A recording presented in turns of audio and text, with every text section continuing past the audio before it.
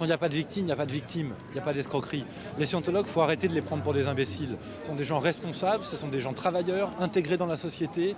Et je pense qu'il est temps que la France se mette au diapason des autres pays européens et comprenne qu'on ne peut pas stigmatiser des gens pour leur religion, on ne peut pas leur refuser le droit à la fois de pratiquer leur religion, de soutenir leur religion, quel que soit le moyen qu'on utilise pour ce faire.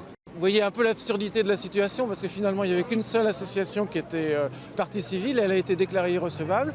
Il n'y avait plus de plaignants dans ce procès en appel et malgré tout il y a cette condamnation. Donc pour nous ça montre que le procès s'est déroulé de manière totalement inique. La scientologie, c'est 3000 conférences enregistrées, c'est des centaines d'ouvrages.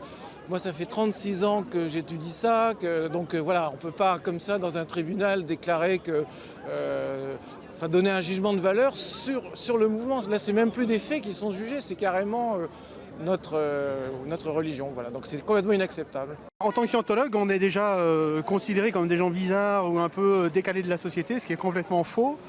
Toute action qu'on essaye de faire, toute action qui est là pour améliorer un peu les conditions des gens, par exemple d'empêcher les gens de prendre de la drogue ou de faire des choses sur l'éducation, systématiquement, c'est dangereux, c'est les scientologues qui la proposent.